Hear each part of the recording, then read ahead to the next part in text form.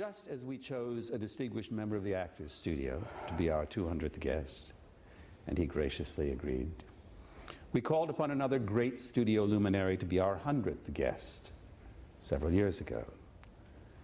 By sheer chance, he begins to figure importantly at this moment. Whom did you encounter at the Pasadena Playhouse? Mr. Hoffman, Mr. Dъстин Хофман.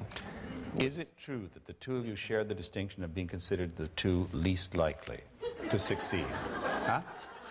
We were known as the least likely to succeed, yes. How did you earn that honor? We just kind of hung out together, and because we were kind of rebellious, I wasn't asked back, by the way. Oh. Yeah. Dusty was. Mm-hmm. Yeah, he sucked up and... Wait till he sees this. Okay, you've seen it. Want a rebuttal? Yeah.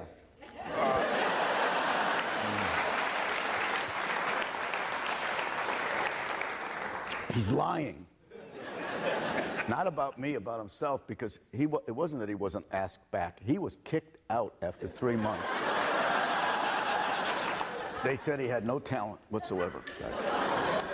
And the serious part of this is that he was so natural as an actor, because I did scenes with him, and he was so natural that they didn't think it was acting.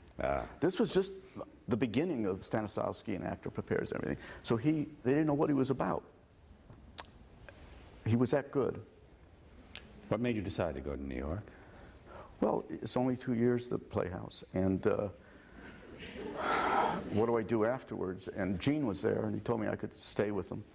And I wanted to go to New York because I want to go there my whole life. And the real reasons were the people at the Playhouse seemed to be all beautiful looking. And Джийн and I knew we didn't have a chance. I mean, there were these tall blonde guys with blue eyes, and they used to wear guns, you know, fake guns and holsters. And they used to, in the hallway, they would practice drawing because, I'm serious, because the shows were bonanza. I mean, that was their dream, to get on these, you know, and Джийн and I said that we don't have a chance, you know. When you stayed with Джийн, he was married, wasn't he? Yes, he was. You slept on his kitchen floor? Yeah, next to the icebox.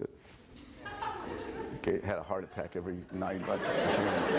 But he only wanted me there for a few nights, but New York scared me, so petrified me so much. I didn't want to leave the apartment. I helped do the dishes, you know. And finally he realized the only way he was going to get rid of me was to find me a roommate, and his friend Duvall was looking for a roommate. So he palmed you off on Bob Duvall? That's exactly the term.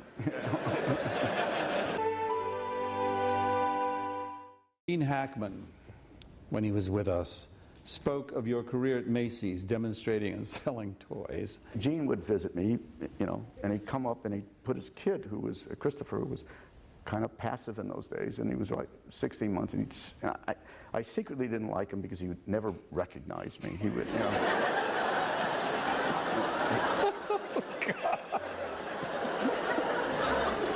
He never acknowledged that I was there, you know, and I said, "Hey, Christopher, how you doing?" He was like that, you know. So out of anger, I said, "I bet I can sell your kid," because he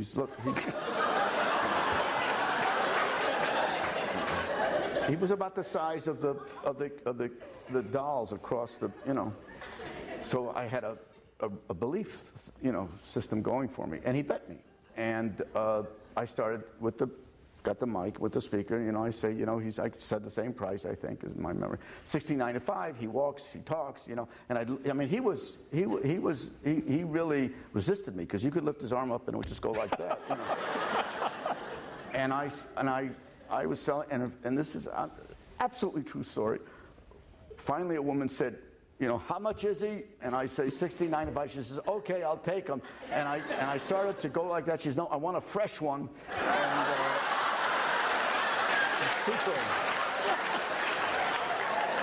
And I said, "This is the last one. You have to take." She says, "A demo? You give me a price, you know?" And I said, and she went to touch him, and he moved, and she went, "Wah!" But it's a true story. God.